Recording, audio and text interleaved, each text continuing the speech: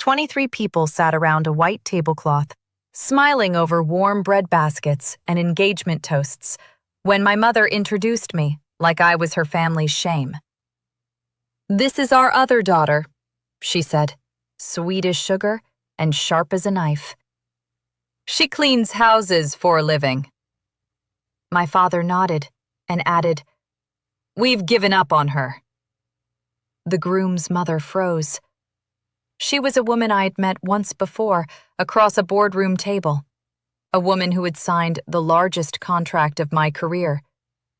She set down her fork, looked straight at me, and whispered, "Wait, you're her?" My mother's face went pale. In the next 40 minutes, one dinner cracked my family open in a way I don't think we can ever put back together. But that dinner was only the explosion. The fuse had been burning for 10 years. Before I tell you how we got there, take 1 second to subscribe. If you've ever been underestimated by the people who were supposed to love you, this story is for you, and you'll want to stay until the end. Now, let me take you back 10 years to the night my family decided I wasn't worth the investment. My name is Julia Holloway. I'm 32 years old.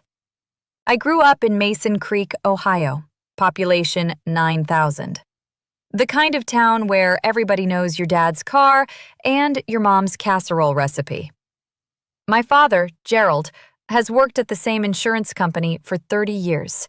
Same desk, same title, regional claims manager, a position he got at 31 and never left.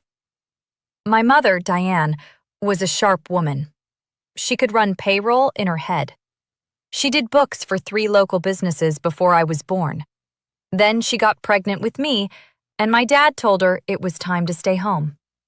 So she did. She never went back. I don't think she ever forgave us for that. Not me, not my sister.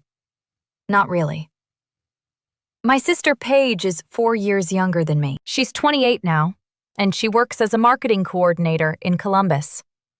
She's been promoted twice in 3 years, and every time she gets promoted, my mother calls me. Not to share Paige's news, but to make sure I've heard it. Our living room wall tells the whole story. Paige's diplomas, Paige's Employee of the Quarter plaque, Paige's sorority composite. My frames stop at my college graduation photo.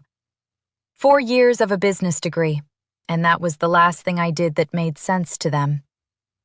There's a rhythm to how my mother introduces us at church, at grocery stores, at family reunions. "Paige just got promoted again." Pause, then the pivot. "Julia's still doing her thing." My dad never corrects her. He never adds detail. He just stands there with his hands in his pockets, looking at the floor like a man waiting for his number to be called at the deli counter. Silence is a kind of agreement. I learned that early. The summer I turned 22, I had a degree in business administration and a suitcase full of plans. My mother had other plans.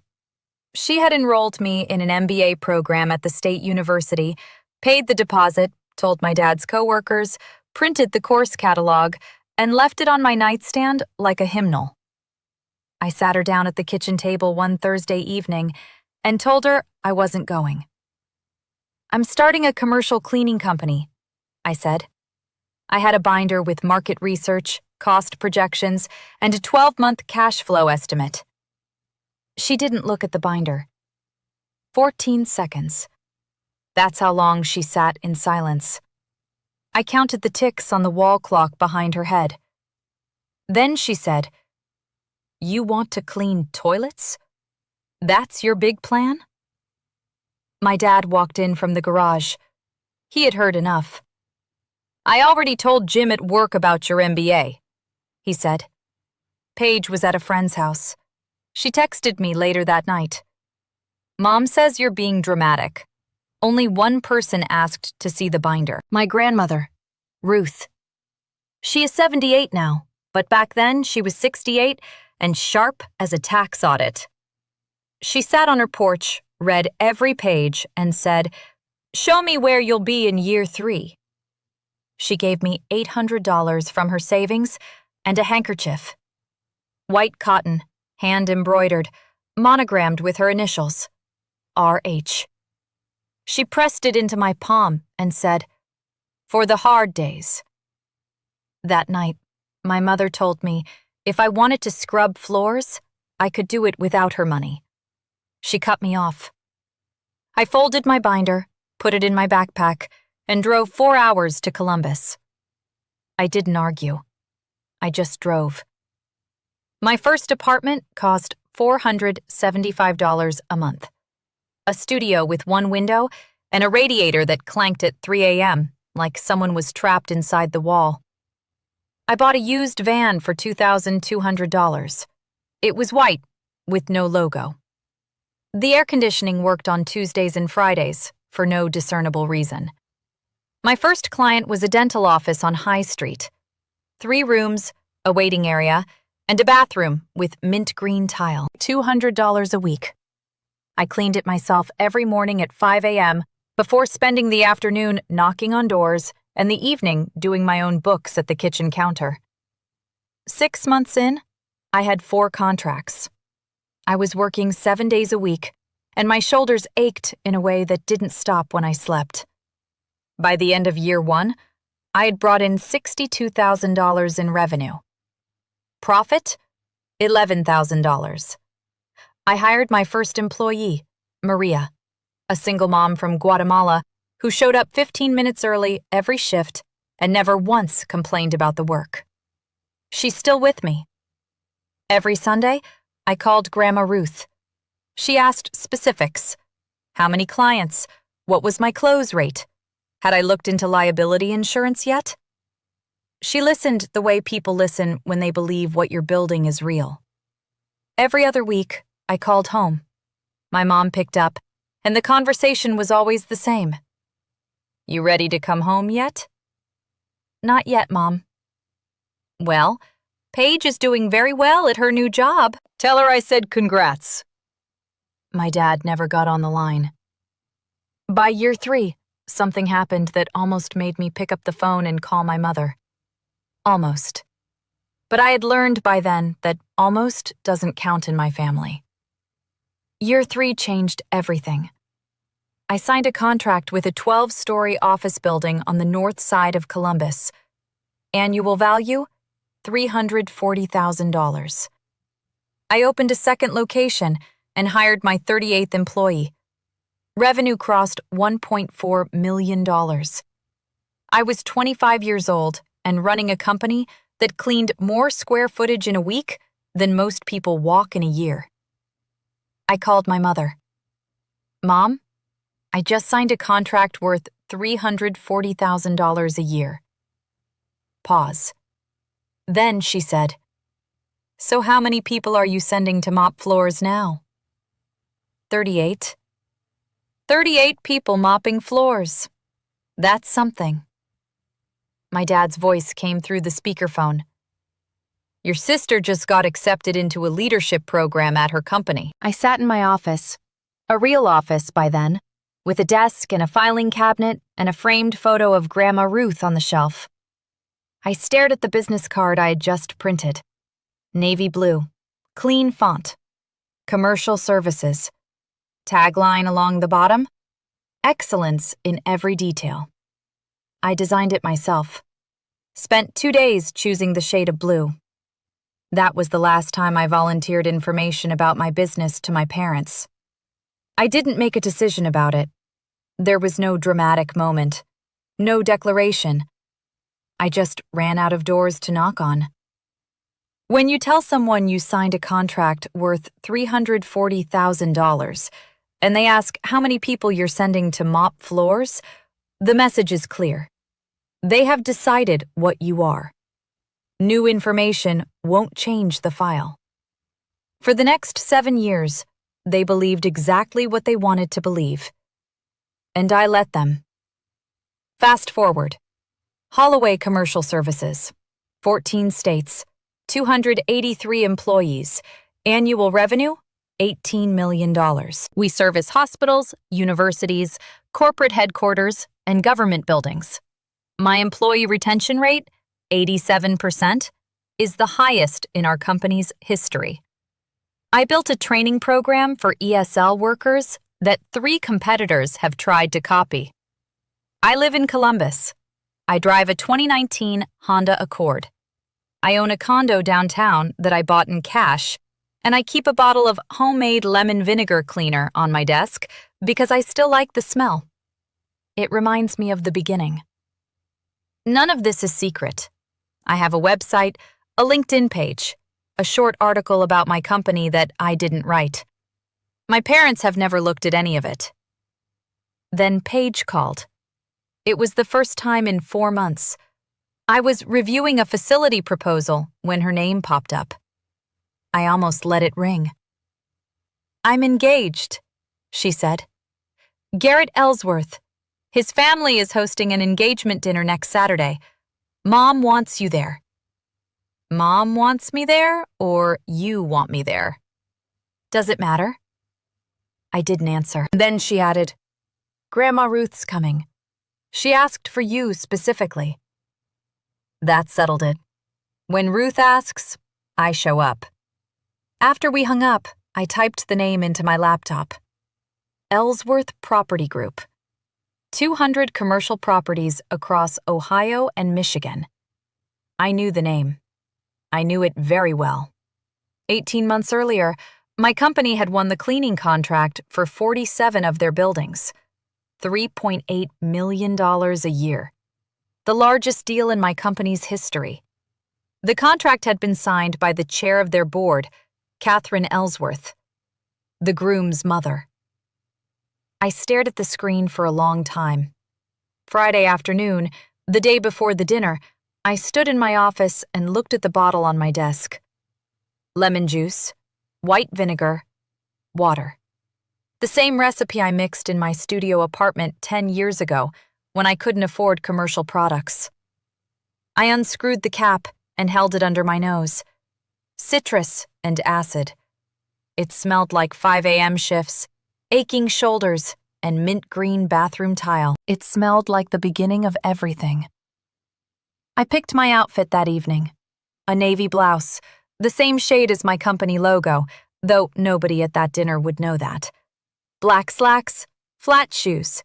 No jewelry except a thin gold chain Grandma Ruth gave me for my 30th birthday.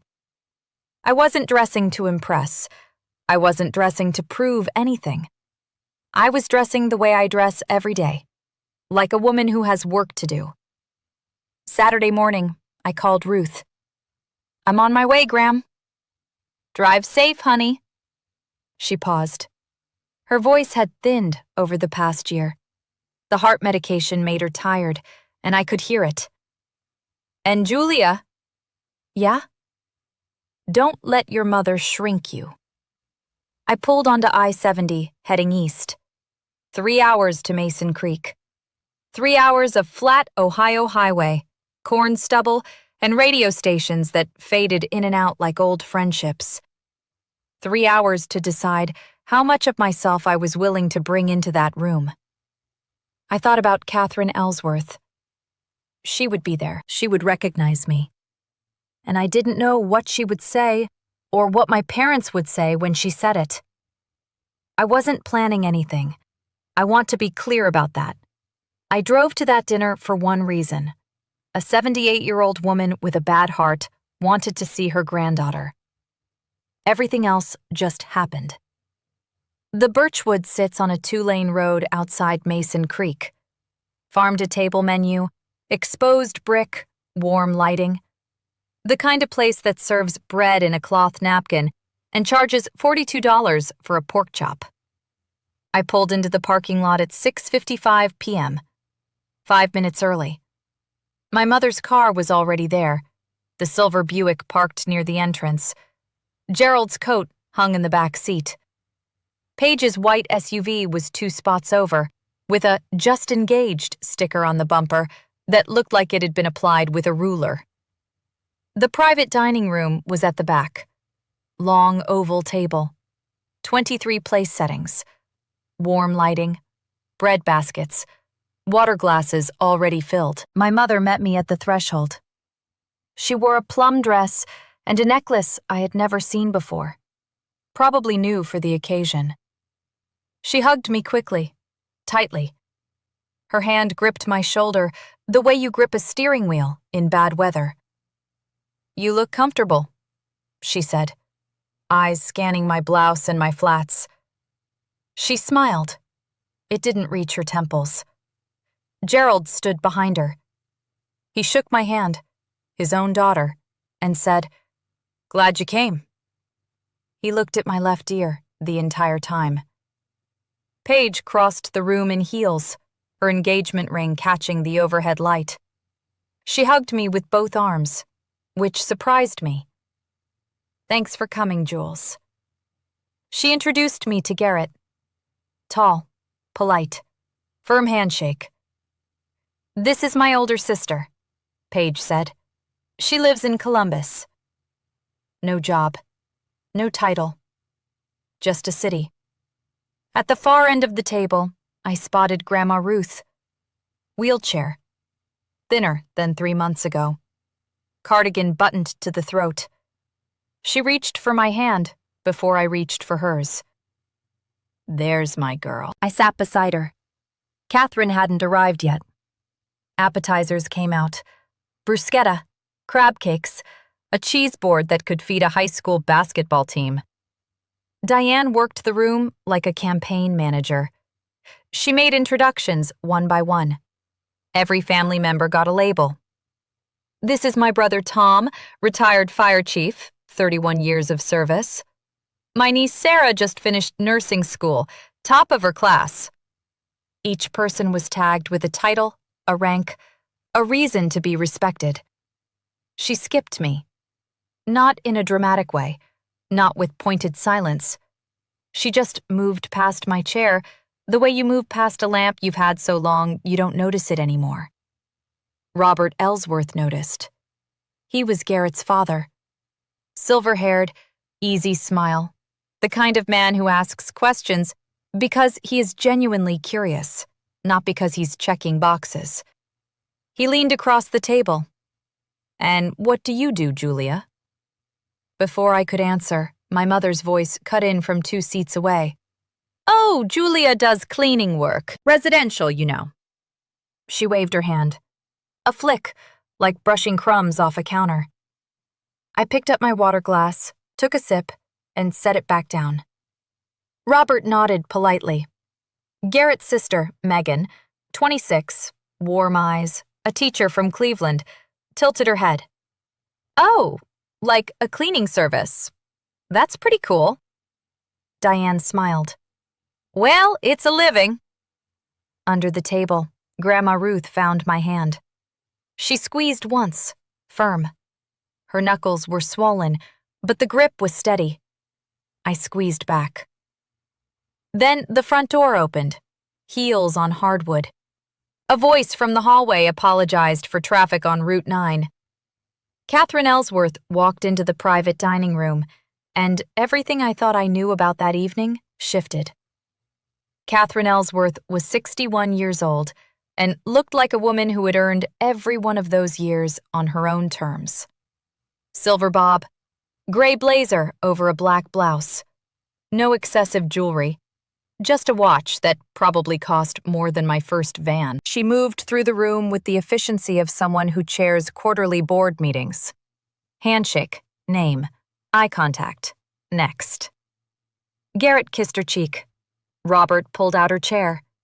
Diane beamed and said something about how lovely it was to finally meet in person. Catherine came around the table. She reached me. Then she stopped. Half a second, maybe less, but I saw it. A flicker behind her eyes. Recognition. Then, recalculation.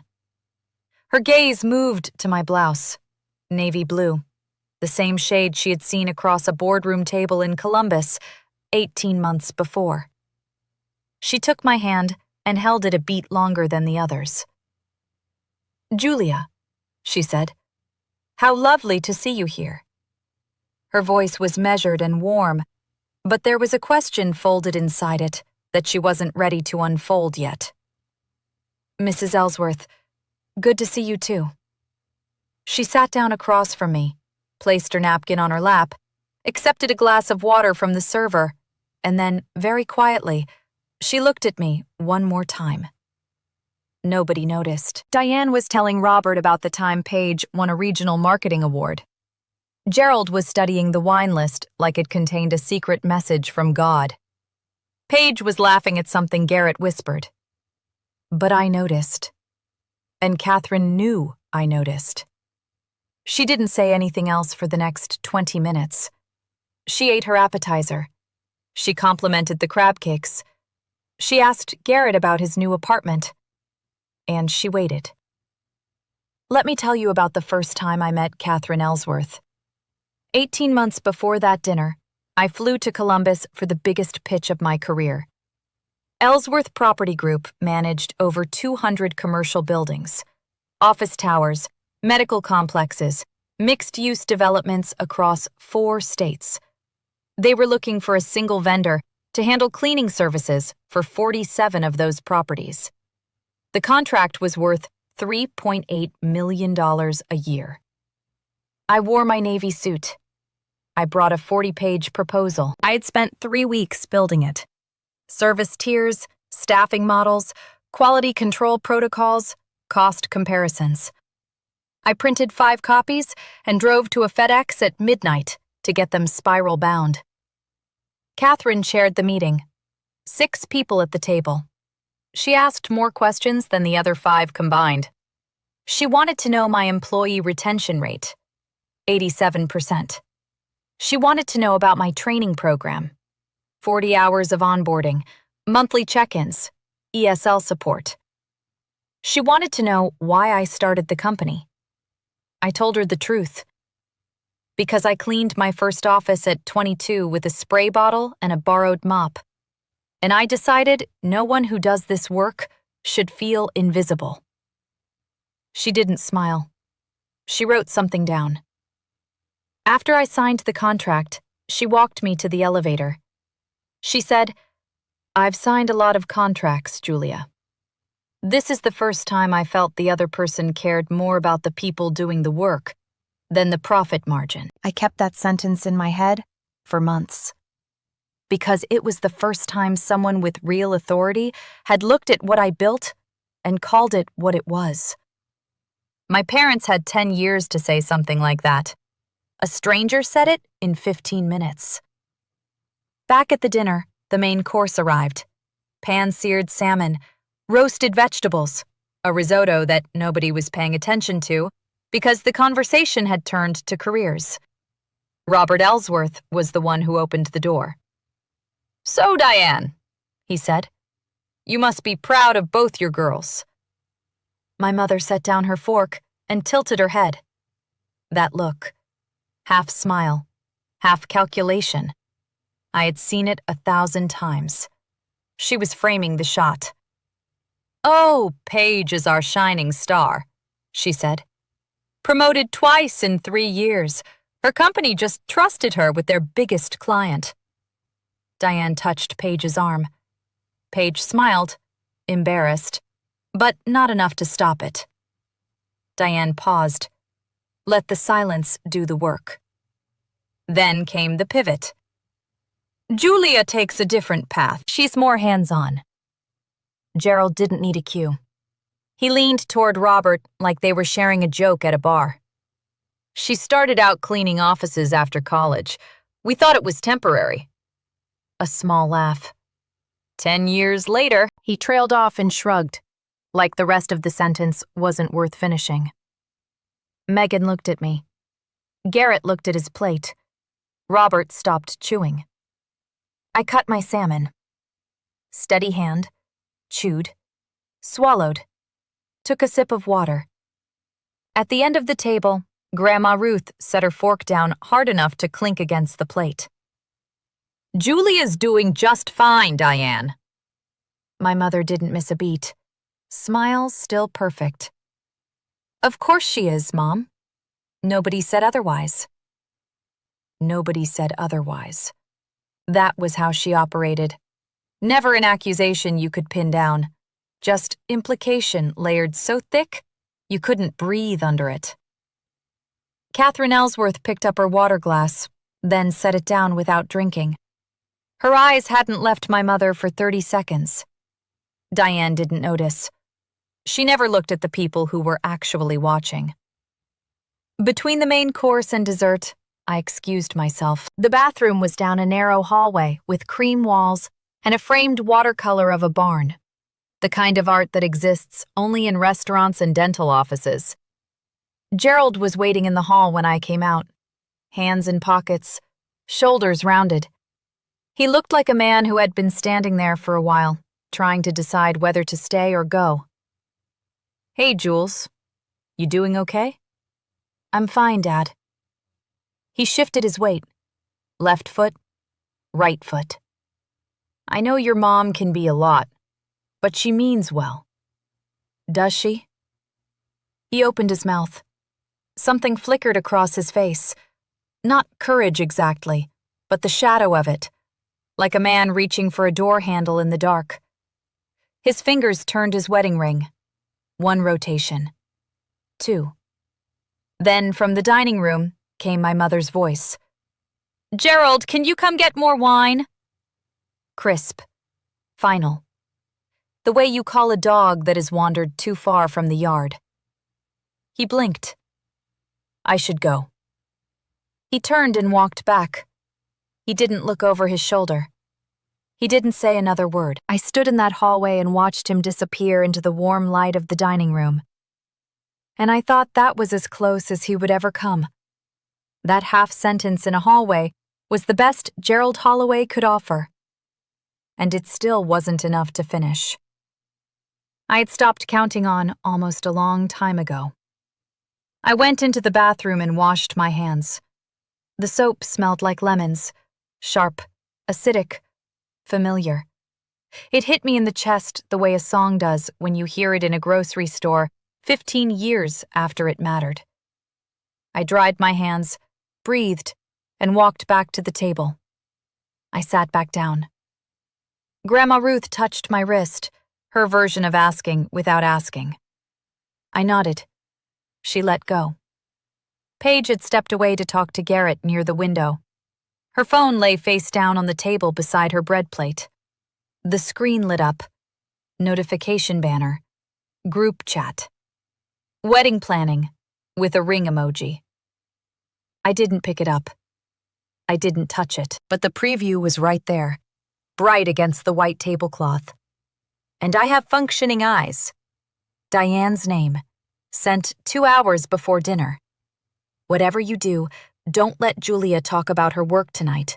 The Ellsworths don't need to know our family has a cleaning lady beneath it. Paige's reply, sent 1 hour before dinner. Already handled. I introduced her as my sister in Columbus. That's it. I read both lines twice. Then the screen went dark. 23 people in that room. 3 of them had coordinated in advance to make sure I stayed small. Not a spontaneous remark, not a careless slip. A plan. Written down, time-stamped. I picked up my water, drank, and set it down. Grandma Ruth studied my face. She couldn't have seen the phone from her angle, but she read something in my jaw, my shoulders, the way I held my glass. "You all right, honey?" "I'm fine, Gram. Just seeing clearly." She didn't push. She never does. Ruth has spent 78 years learning when to speak and when to let silence carry the weight. Paige came back, picked up her phone without checking the screen, and slid it into her purse. She smiled at me. Bright. Easy. A smile that had never once wondered what it cost to receive. Dessert menus arrived. I didn't open mine. Under the table, I opened my wallet and found the handkerchief. White cotton. 10 years soft. The monogram had faded from navy to something closer to dusk. R.H. but I could still feel the stitching with my thumb. Ruth had pressed this into my palm the night I left Mason Creek. I had carried it every day since. Through the studio apartment, through the first contract, through the second location, the 50th employee, the 100th building. It had been in my pocket when I signed the Ellsworth deal. It was in my pocket now. I ran my thumb across the thread and thought about the group chat. 2 messages, 6 sentences, 10 years of assumptions scheduled and confirmed like a dinner reservation. This wasn't about ignorance. They knew enough to plan around it. They knew enough to agree on a script. Don't let Julia talk about her work. As if my work were a stain they needed to cover before company arrived. I didn't decide to expose anyone.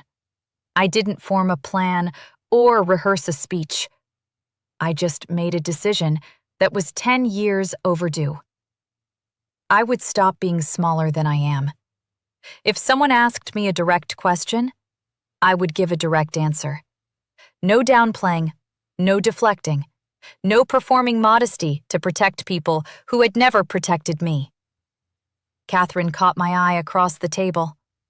She was stirring cream into her coffee with the slow precision of a woman who notices everything. "How's Columbus treating you?" she asked. "Busy," I said. "Good busy." She nodded, took a sip, and said nothing else. But I could see her doing the math.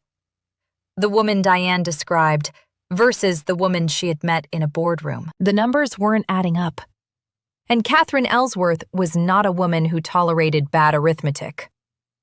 If you've ever sat at a family table and felt invisible, like the person they described wasn't the person you had fought so hard to become, stay with me.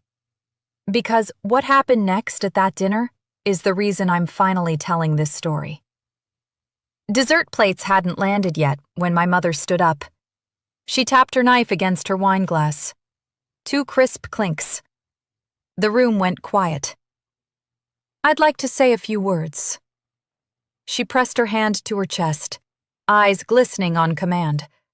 I had seen her do this at funerals, at church potlucks, at PTA meetings where she needed a budget approved. Diane Holloway can summon tears the way some people summon an Uber. "When I look at Paige," she said, "I see everything I ever dreamed my daughter would become." She talked for 2 full minutes. Paige's degree, Paige's career, Paige's grace under pressure, Paige's kindness. Paige, Paige, Paige. Every sentence was a brick in a monument to the daughter who had followed the blueprint. She didn't say my name. Not once. Robert Ellsworth shifted in his seat.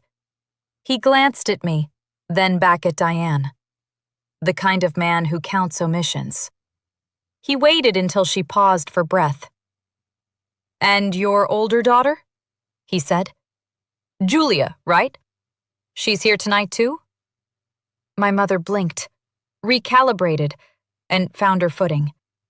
She looked at me the way you look at a stain on a tablecloth you thought you had already treated. "This is our other daughter," she said. "She cleans houses for a living." She said it with a smile, like it was charming, like it was a quirky footnote in an otherwise polished family resume. Gerald spoke from his chair without being asked. "We've given up on her." He laughed. Nobody laughed with him. 2 seconds of silence. Catherine Ellsworth set down her fork slowly. The way you set something down when you have decided the next thing you do matters. 23 people were staring, and Catherine hadn't blinked. The silence held for 3 full seconds, long enough for the server to freeze halfway through refilling Robert's water glass. Megan looked at her plate. Garrett put his hand on Paige's knee under the table. I saw the shift. Uncle Tom coughed into his fist. Catherine turned to me. Her voice was level, unhurried, the same tone she had used in that boardroom when she asked me about retention rates. "Julia, I'm curious. Tell me about your cleaning work. My mother moved fast. Oh, it's nothing fancy. Diane's smile widened. The emergency version, the one she uses when the narrative starts slipping. She goes to people's houses, scrubs, that sort of thing. She's been doing it since college. Catherine didn't look at her. I'd like to hear from Julia, if you don't mind. That sentence landed on the table like a dropped glass. Polite, clear, final. I set down my napkin. I own a commercial cleaning company, I said. We service office buildings, hospitals, and universities. Diane's smile went thin. She makes it sound so official. Catherine kept looking at me. How many states? 14. Gerald's fork clinked against his plate. He hadn't moved it. His hand had just twitched. How many employees? Catherine asked. 283, as of last month. Paige's head turned toward me slowly, like someone looking up from their phone and realizing the building across the street is on fire. Robert leaned back in his chair. Megan's lips parted. Garrett looked at his mother with an expression I recognized. The look of someone realizing there is a conversation happening above his clearance level. Diane's smile was gone, replaced by nothing. A blank wall where a window used to be. Catherine reached for her purse. She pulled out a business card. Navy blue, clean font. A tagline along the bottom I could read from across the table because I had spent 2 days choosing every word of it. Holloway Commercial Services. Excellence in every detail.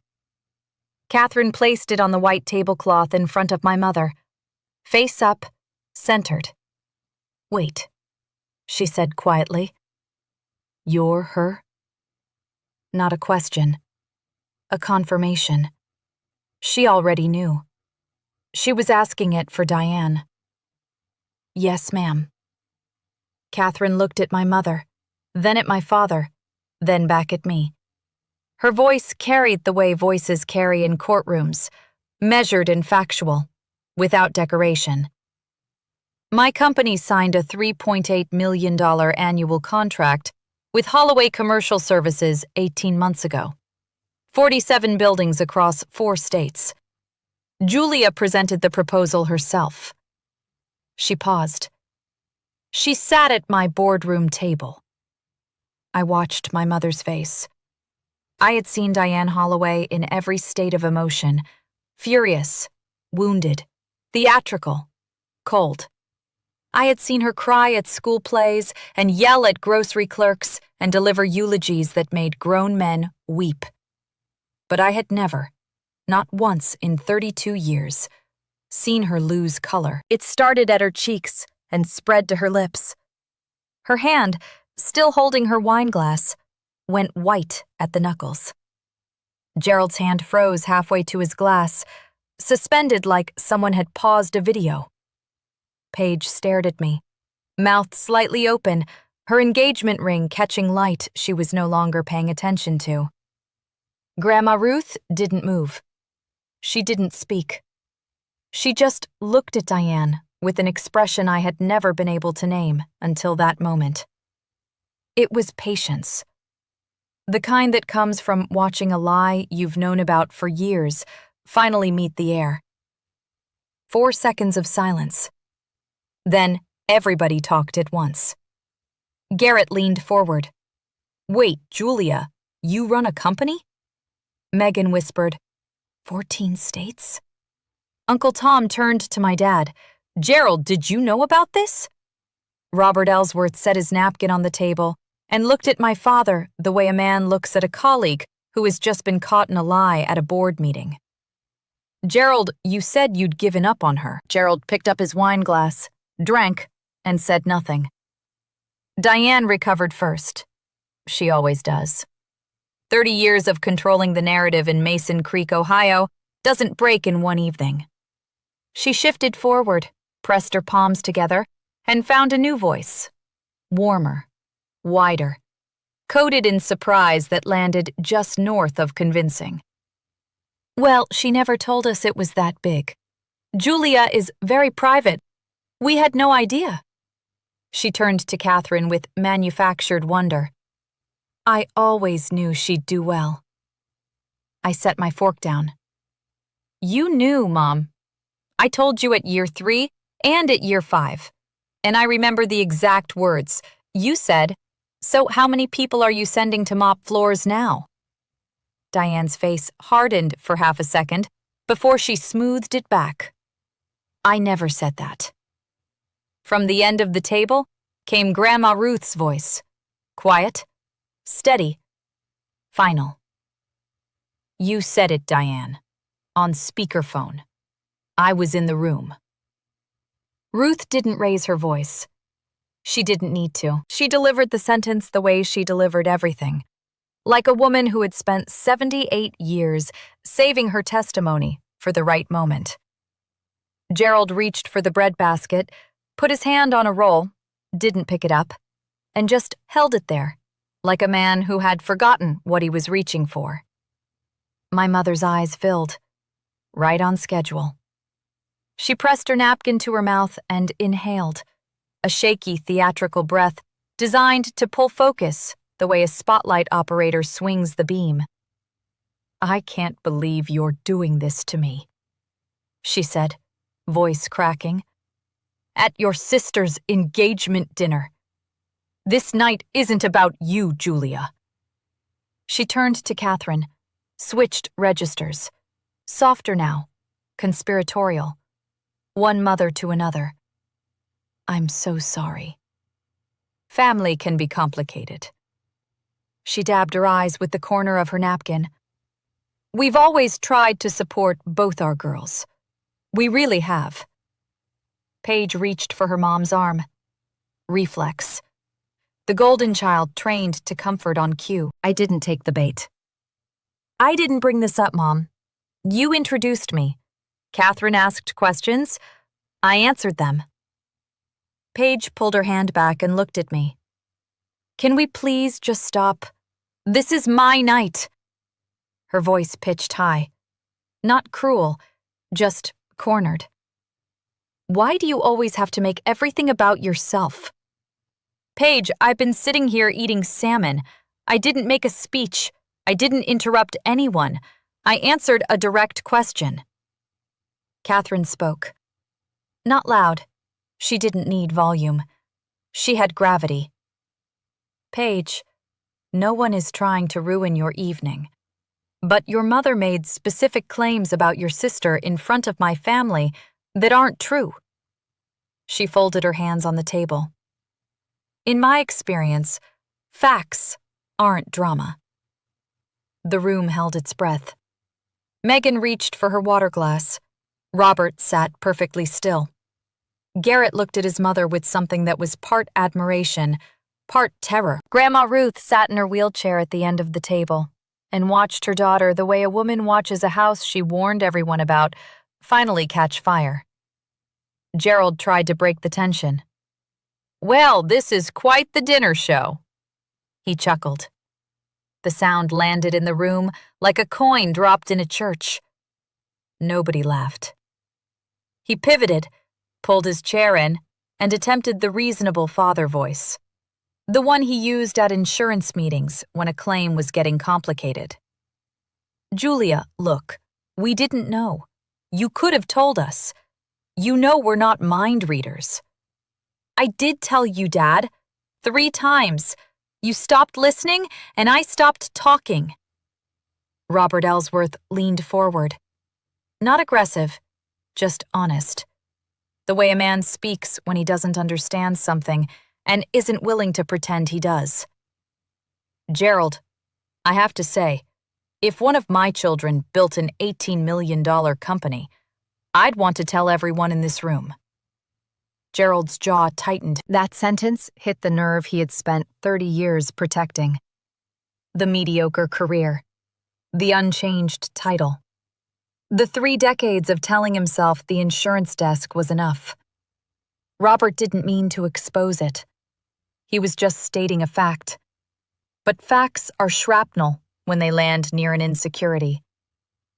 Catherine added, gentle but precise, Julia's company has the highest employee retention rate of any vendor we work with. 87%. She has built something extraordinary. Diane cut in.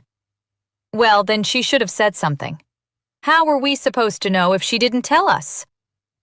Grandma Ruth's voice came from the far end of the table. The kind of voice that doesn't need to be loud, because everyone already knows it carries weight. She did say something, Diane. You just didn't want to hear it. My mother looked at my grandmother, and for the first time that evening, I saw something I had never seen on her face before. Not shame. Not anger. Fear. The table fractured into small conversations. Garrett talked to Paige in low tones. Robert refilled Catherine's water. Uncle Tom excused himself to the restroom and stayed gone long enough to suggest he was calling his wife. Diane stood up, smoothed her dress, and walked toward the hallway. She stopped beside my chair without looking down. Come with me. I followed, not because she told me to, because I wanted to hear whatever she was going to say without 23 sets of ears. The hallway was quiet. The barn watercolor stared at us from the wall. Diane turned around.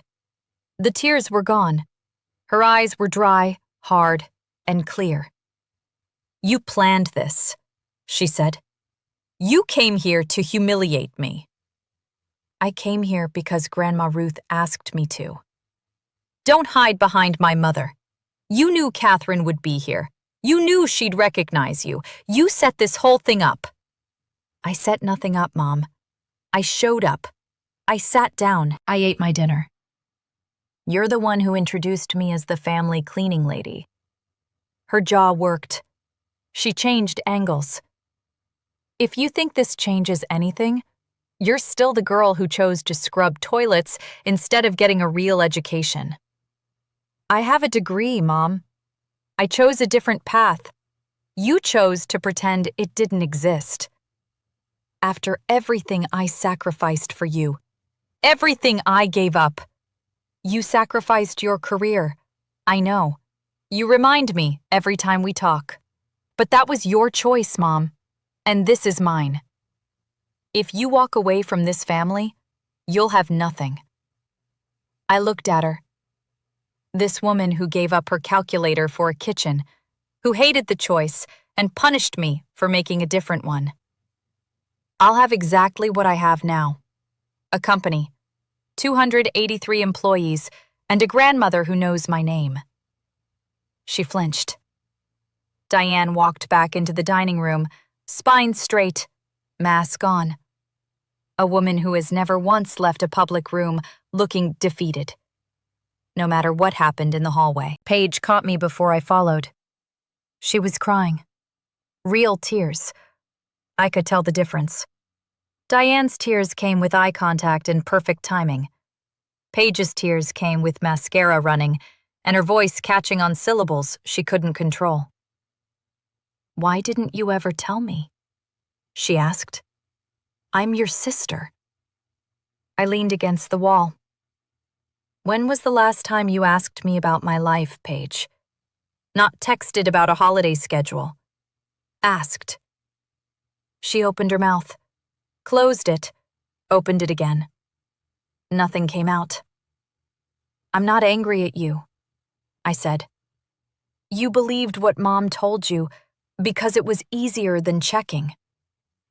I thought you were struggling. Mom said what Mom needed to believe, and you never questioned it. She pressed her back against the opposite wall. 4 feet of hallway between us. The closest we had been in years, and also the farthest. So you're really 14 states? 14 states, 283 people who show up every morning because the work matters. And a grandmother who calls me every Sunday to ask how it's going. Paige's face crumbled. Not from shame. Something deeper than that. the weight of realizing she had outsourced her relationship with her sister to a woman who had been lying about both of them for a decade. She didn't say she was sorry. She wasn't ready for that word yet. But she didn't defend my mother either.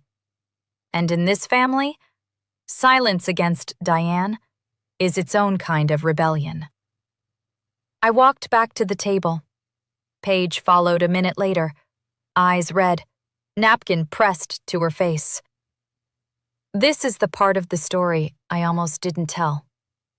Because what I said next, back at that table, is the reason my family hasn't been the same since. If you're watching this and thinking about someone in your life who needs to hear the truth, share this story with them. Stay with me, because the next few minutes changed everything. I walked back into the dining room and stood behind my chair. I didn't raise my voice. I didn't grip the table or square my shoulders or do any of the things people do in movies when they're about to deliver the speech of their lives. I just stood there, one hand resting on the chair back, the other in my pocket, thumb pressed against the monogrammed threads of Grandma Ruth's handkerchief. I'm going to say this once. The table went still. Forks stopped. Coffee cups hovered. Even the server by the door paused with a tray of petit fours balanced on her forearm. I love this family.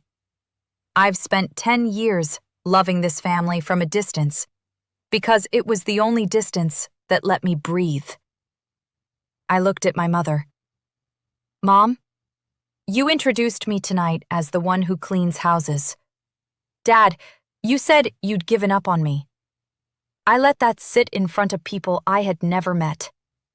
In front of Grandma. I looked at Ruth. She was watching me, with both hands flat on the table, steady as a judge. Her eyes were wet, but her chin was up.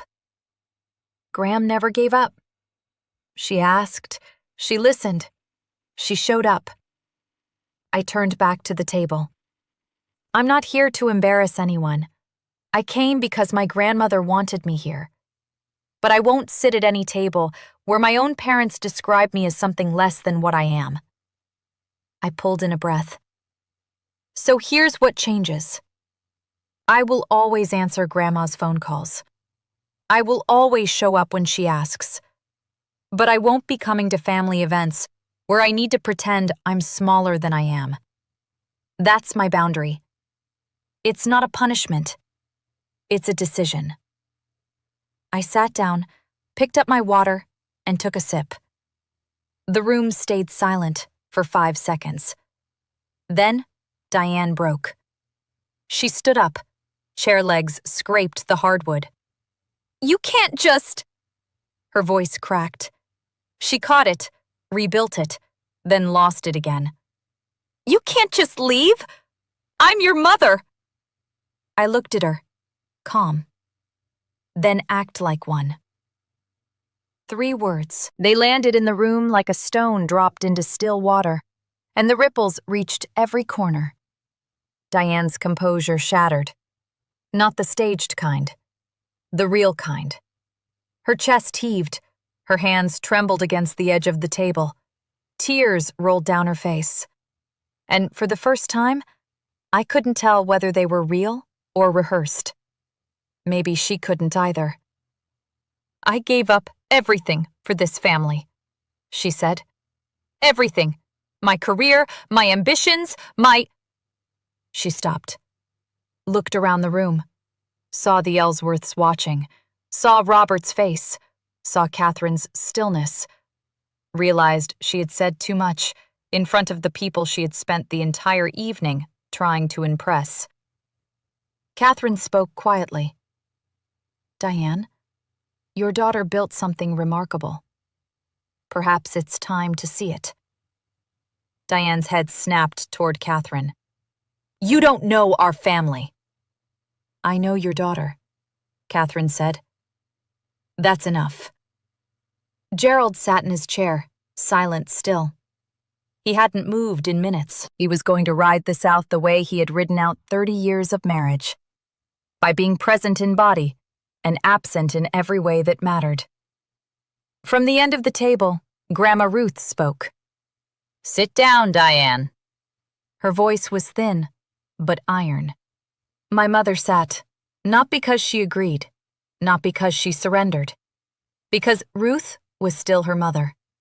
And even Diane Holloway, controller of narratives, commander of tears, couldn't defy that voice in front of 23 witnesses. The table exhaled. I hadn't raised my voice, not once. I pushed my chair back and walked to the end of the table. Ruth was sitting in her wheelchair, hands folded in her lap. Her cardigan had slipped off one shoulder. I fixed it without thinking.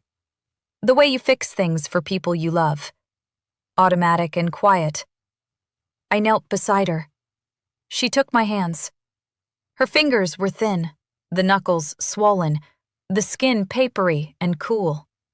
But the grip was Ruth. "You don't need to stay for me, sweetheart," she said softly. "You already came. That's enough." "I'll call you Sunday, same time." "You better."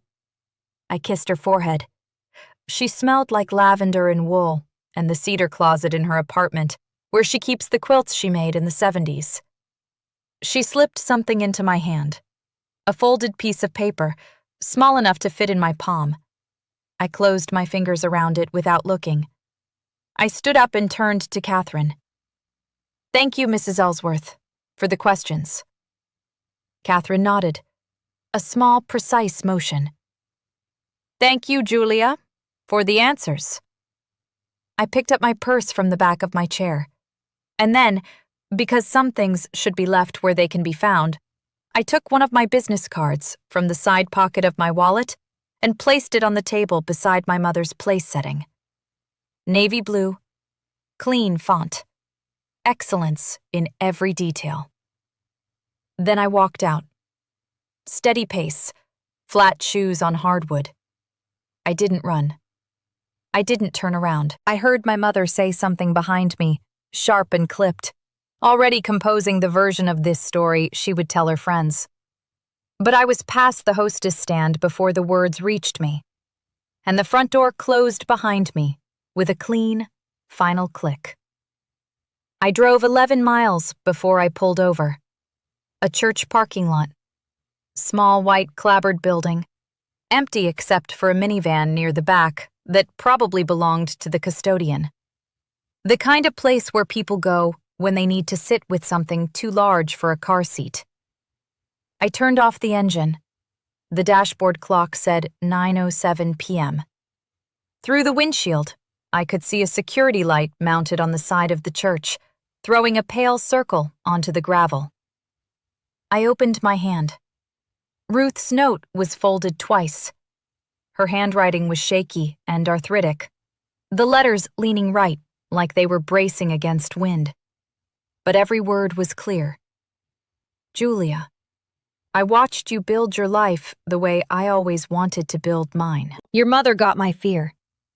You got my courage. I'm sorry it took me so long to say it out loud. Don't wait for them to see you. The right people already do. Graham." I read it 3 times. Then I cried. Not the way people cry in stories, not graceful tears, not a single drop rolling down a cheekbone. I cried ugly and hard, bent over the steering wheel of a Honda Accord in the parking lot of a church I had never been to. The engine was off, the windows fogged from the heat of a grief I had carried for 10 years. I reached into my wallet. The handkerchief. R.H. Faded monogram. Soft cotton. 10 years of being held. I pressed it to my face. It smelled like lavender, like Ruth's dresser drawer, like the only person in my family who ever thought to ask. She gave me $800 when I was 22. A handkerchief when I had nothing. And tonight, 17 lines of shaky cursive that said everything my parents never could. I sat in that parking lot for 20 minutes. Then, I drove home. 48 hours. That's how long it took for the full picture to develop. My mother called 7 times. I let every call go to voicemail. The first 3 were angry, clipped sentences, controlled fury. The voice of a woman who believed she had been wronged by the person she wronged. You humiliated me in front of the Ellsworths, Julia. In front of Catherine. Do you understand what you've done? The next 2 were wet. Tears. Pauses. Nose blowing. I'm your mother. You can't just walk away from your mother. That's not how this works. The last 2 were silence. 10 seconds each. Then, a click. Gerald sent one text Monday afternoon. 4 words. Your mother is very upset. I read it. I did not respond. Paige texted Sunday night. I'm sorry I never asked. Can we talk? Not about Mom. Just us. I read it. I didn't delete it. I didn't respond yet. But I didn't delete it. Catherine Ellsworth sent an email Monday morning from her company address. Subject line, dinner and a contract. Julia, my son is marrying into an interesting family, but he is not marrying his mother-in-law. Your company remains our most valued partner. Dinner sometime, not business. Just 2 women who work hard and understand what that costs. Catherine. I printed that email and taped it to my office wall, next to the first dollar I ever earned cleaning that dental office on High Street. Sunday morning, right on schedule, my phone rang. Grandma Ruth. I picked up on the second ring. How's my girl? Better, Gram. Getting better. You read my note? Every word, 3 times. Good. Now put it somewhere safe and go build something. I did. Monday morning at 7:15, I walked into the Holloway Commercial Services office on West Broad Street in Columbus. 3,200 square feet, open floor plan, glass-walled conference room, a break room that always smells like Maria's coffee, strong enough to dissolve a spoon. Maria was waiting in the hallway with 2 mugs. She was my first hire, my first friend in this business, and now my regional manager for Central Ohio. 15 years older than me, shoulders like a woman who has never once asked permission. Boss, she said, handing me a mug. You look like you had a weekend family dinner. Ah, I said. She nodded. Those. I sat down at my desk and opened my laptop. 312 emails. 1 from Catherine Ellsworth's office. Contract renewal. 3-year extension. Improved terms. A note from Catherine's assistant said, Mrs. Ellsworth asked me to expedite this. I leaned back and looked at the bottle on my desk. Lemon juice, white vinegar, water. The recipe I mixed in a studio apartment when I was 22 and couldn't afford anything better. I unscrewed the cap and held it under my nose. Same smell, same sharpness, same woman. Just older. Steadier. With 283 people counting on her to show up every morning and mean it. My mother called me the one who cleans houses. She wasn't wrong about the verb. I do clean. We clean hospitals where children get better. We clean office buildings where people build careers. We clean courthouses where justice happens. We clean university halls where the next generation learns. There is nothing small about what we do. On my desk, framed in black metal, is the first business card I ever printed. Year 1. Bad font, cheap paper, a logo I drew on a free design website at 2 in the morning. I have never taken it down. 2 weeks later, I called my mother once, the only time I initiated contact since the dinner. She picked up on the first ring. She didn't say hello. She just breathed.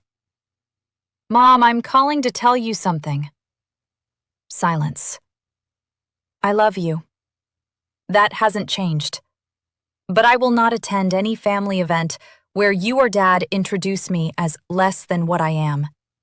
If that means I miss holidays, I'll miss them. If that means I see you less, then I'll see you less. That's not a punishment. It's a boundary. You're choosing your pride over your family. I'm choosing my peace, Mom. Those are different things. Your father has my number. He's never used it." She hung up. I sat with the silence for about 30 seconds. It wasn't empty. It was full. The way a room is full after you've rearranged the furniture and realized it finally fits. I called Grandma Ruth. She picked up before the second ring. "How'd it go?" "About how I expected." "Did you say what you needed to say?" "Every word." "Then that's enough, honey. That's enough." I looked at the business card on my desk. The first one, year 1. Then I looked at the current one, navy blue, clean font, 14 states, 283 employees. Same woman, same work, different scale. My mom told the Groom's family, "She cleans houses for a living." She was right. I do clean houses. I clean offices and hospitals and courthouses and schools. I built an empire on work that my parents thought was beneath them. And I did it without their money, without their approval, and without a single moment of their pride. The people who matter already know. And the ones who don't? They were never going to. 3 months later, my mother and father still haven't called. Not once. But the story spread the way stories spread in small towns. Through the aunts and uncles who were at that dinner table. Through the cousins who heard it secondhand. Through the church group that Diane runs with iron-fisted efficiency. People Googled my company. They found the website, the client list, the employee count. They found the article in the Columbus Business Journal from 2 years ago, the one my mother had never read. Diane lost the narrative. For the first time in 30 years, the version of her family she presented to Mason Creek didn't match the version Mason Creek could verify with a 5-second search. Paige drove to Columbus on a Saturday. We met at a diner near my office. She ordered pancakes and spent the first 10 minutes looking at her hands. "I Googled your company," she said. "You have a Wikipedia page. A short one." She smiled. Small. Uncertain. The smile of a woman learning to ask questions she should have asked years ago. We're not close yet. We may never be what sisters are supposed to be. But she's trying. And I'm leaving the door open. Catherine and I have dinner quarterly now. Not always business. Sometimes it's just 2 women who built things from scratch and know what it costs. She sent me a referral last month. A hospital group in Michigan looking for a cleaning partner. 6 buildings, worth $2.1 million. Gerald texted once, 3 months after the dinner.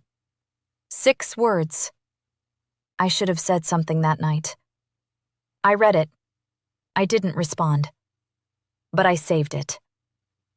Grandma Ruth calls every Sunday. Her voice is thinner now. The heart medication makes her tired. But she still asks about my numbers, my people, my plans. And I still answer every question. My parents told everyone I just clean houses. They were right about the verb.